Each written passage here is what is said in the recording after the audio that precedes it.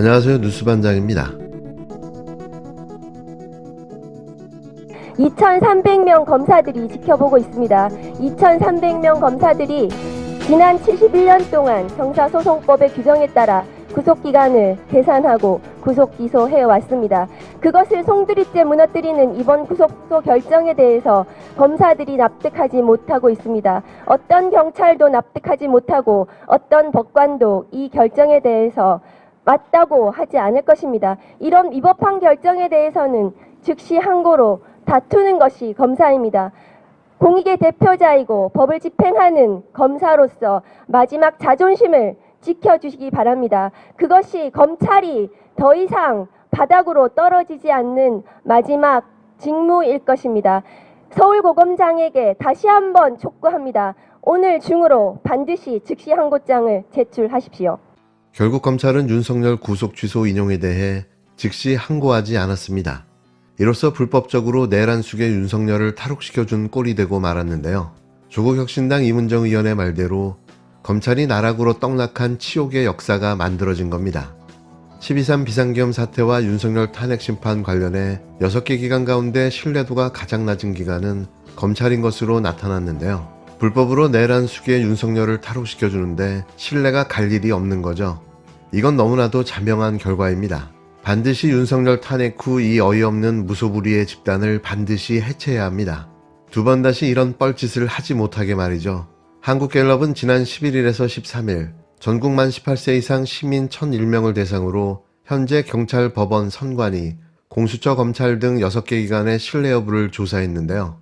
해당 여론조사에서 헌재에 대한 신뢰도는 53%로 가장 높았고 검찰에 대한 신뢰도는 26%로 가장 낮았습니다. 존재 의미가 무엇인지 궁금해지는 이상한 권력 집단, 내란 우두머리를 배출한 정부의 사정기관은 기소청이 정답입니다. 미치광이 광신도 집단이 되어버린 윤석열당, 이 내란당의 지랄발광이 더 이상 차마 눈뜨고 봐줄 수 없는 수준에 이르렀는데요. 하다하다 이제는 하느님을 찾아가며 탄핵각하 기원하는 기도를 하고 나선 겁니다. 여기에 웬 하느님 타령일까요? 과연 하느님이 국민 가슴에 총뿌리를 겨누던 내란 수괴를 용서해 줄까요? 정말 그렇게 될 거라 믿으십니까? 대체 어떤 하느님이 독재자 윤석열을 구원해 줄까 싶은데요. 저는 하느님이 계신다면 천벌을 내렸을 거라 생각됩니다.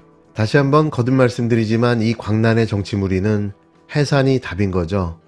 국힘당 의원들은 연일 헌법재판소를 찾아 탄핵 각하를 주장하고 있는데요. 헌법재판소가 국정마비의 공범 역할을 했다고 주장하며 헌재를 직접 공격하기도 했습니다. 14일 이른 아침 국힘당 기독교인회 의원 10여 명이 헌법재판소를 찾았는데요. 윤석열 탄핵 소추안이 각하되기를 염원하는 기도행진을 하기 위해서입니다. 이들은 부끄러움도 쪽팔림도 창피함도 없었는데요. 그러니 그 모양 그 꼴아진 거죠.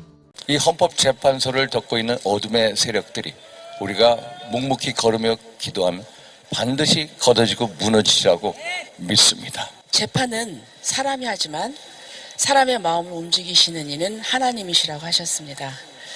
오늘 우리의 이 기도, 이 행진은 하나님께서 우리 헌법재판관의 마음을 움직여 주셔서 공정과 상식과 법치가 존중되는 그런 대한민국을 원하고 있는 우리 2030 세대들과 미래 세대들을 위해서 부디 헌법재판관분들께서는 반드시 각하를 해주시리라. 헌법재판소는 간단한 사유도 오래오래 시간을 끌면서 실질적으로 국정 마비의 공범의 역할을 했습니다. 윤상현, 조배숙, 성일종 의원 등은 띠를 두르고 피켓을 든 채 헌재 담장 주위를 돌았는데요.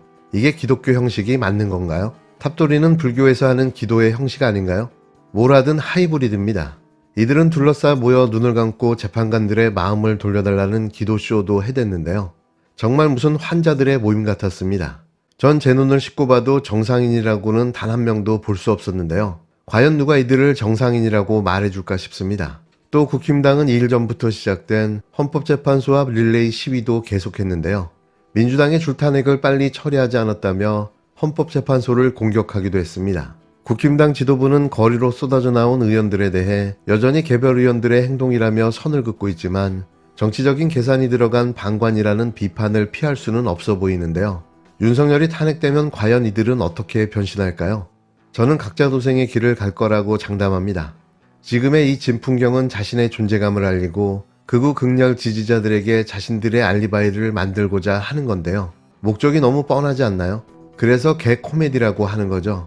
수사권이 없는 공수처가 무리한 수사, 거기에다가 또 경호처에 제대로 된 동의 없이 3,000명이라는 강력 경찰들을, 무장 경찰들을 동원해서 마치 최악의 흉악범을 체포하듯이, 마치 자범처럼 도주도를 그려가면서 현직 대통령을 조롱하고 모욕하면서 이 수사 행각을 벌였습니다. 이래서 되겠습니까? 이거야말로 내란 아닙니까?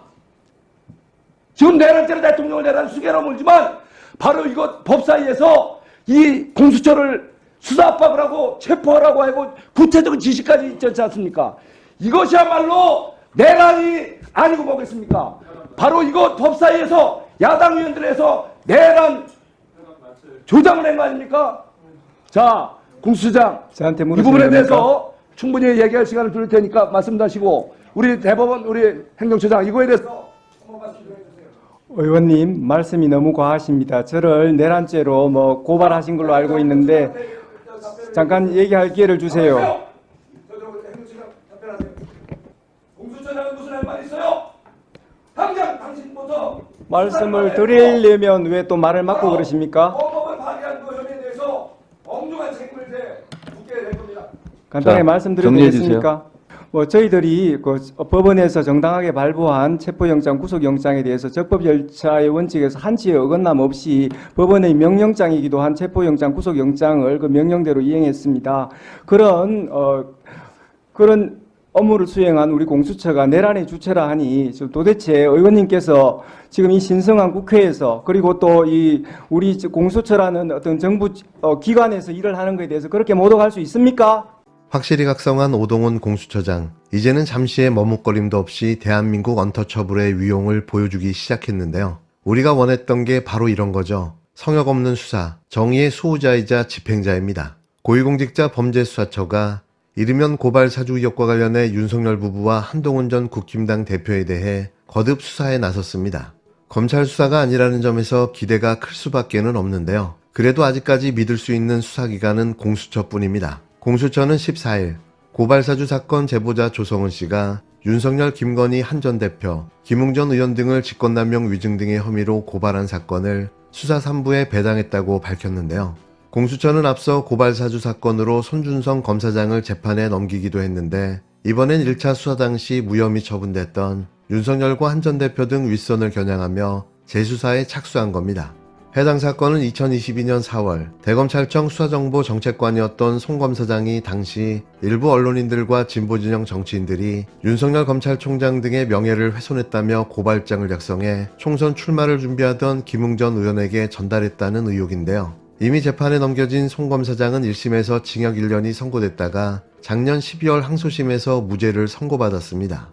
그러나 2심 재판부는 판결문에 송 검사장에게 고발장 작성을 지시한 검찰총장 등 상급자가 당의 고발장을 전달할 사람으로 김웅전 의원을 선택한 다음 긴밀하게 연락을 취했을 가능성을 배제하기 어렵다고 적시했는데요. 송 검사장에게 무죄를 선고하긴 했지만 그의 행위 배후에 윤석열 등이 있을 가능성을 거론하며 송 검사장이 단순 전달자였을 수 있다는 인식을 법원이 나타냈다는 해석이 나오는데, 이에 따라 공수처가 관련 고발장을 접수하고 본격 재수사에 나선 걸로 보입니다. 이번만큼은 오동훈 처장에게 기대를 걸어보는데요.